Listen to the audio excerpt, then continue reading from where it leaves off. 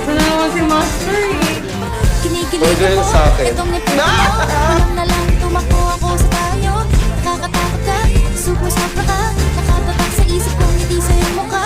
Naku, ano ba yan? Puro ganyan na lang. Wala ka nang alam tuwing kulig mo paramdam. Hindi ko na alam, ano pa dapat ang iisipin ko o dapat ba na wag na lang. Tuwing gabi ka lang nagte-text, message ko walang effect.